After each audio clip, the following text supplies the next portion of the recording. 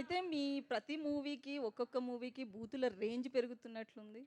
ఏముంది మేడం? భూతం ఏముంది మేడం దీంట్లో? 'మెకానిక్ రాకీలో' కూడా డబుల్ మీనింగ్ డైలాగ్స్ బానే ఉన్నాయి. ఇందులోనూ మెకానిక్ కనిపిస్తున్నాయి. రాకీని మీరు పంపించిరుగా మెకానిక్ దగ్గరికి.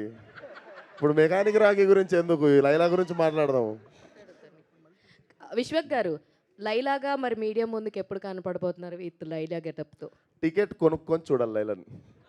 Only in theatres. Sir Vishwak garu ఖర్చు అవుద్ది.